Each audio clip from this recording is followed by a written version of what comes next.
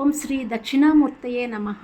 ఓం గురవే సర్వలోకానాం భిషజే భవరోగిణాం నిధయే సర్వవిద్యానాం దక్షిణామూర్తయే నమః.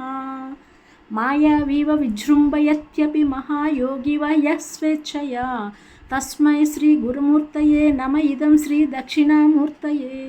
ఏ స్తోత్రములు చదవాలో తెలియక సమస్యలను ఎదుర్కొనే శక్తి లేనప్పుడు ఒక్క దక్షిణామూర్తి స్తోత్రం సంపూర్ణంగా సకల సమస్యల్ని పరిష్కారం చూపుతుందని శాస్త్రం చెప్తోంది. చిన్నపిల్లలకు చదువు దగ్గర నుండి సంపద దగ్గర నుండి పెద్దలకు మోక్షం వరకు దక్షిణామూర్తి ఇవ్వలేని సంపద విద్య లేనే లేదని చెప్తారు. చదువుకి సంపదకు మోక్షానికి అధిష్టానమై ఉంటాడు దక్షిణామూర్తి. ప్రతిరోజు ఒక్క 2 నిమిషాలు దక్షిణామూర్తిని ధ్యానం చేస్తే మోక్షం తథ్యమని చెప్తారు. వారి అంత్యమునందు సాక్షాత్తు ఈశ్వరుడే గుర్తుపెట్టుకొని మోక్షమును ప్రసాదిస్తాడని పురాణాలు చెప్తున్నాయి.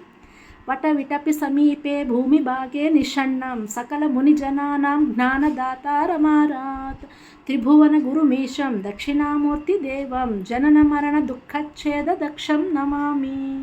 వటవృక్షం కింద నదీ తీరంలో ప్రశాంతమైన ప్రదేశంలో కూర్చొని తన చుట్టూ ఉన్న ఋషులకు జ్ఞానాన్ని ప్రసాదించేవాడు, 3 లోకాలకు గురువు, జీవిత దుఃఖాలను పోగొట్టేవాడు అయిన శ్రీ దక్షిణామూర్తికి నా నమస్కారం. ఓం శ్రీ దక్షిణామూర్తయే నమః.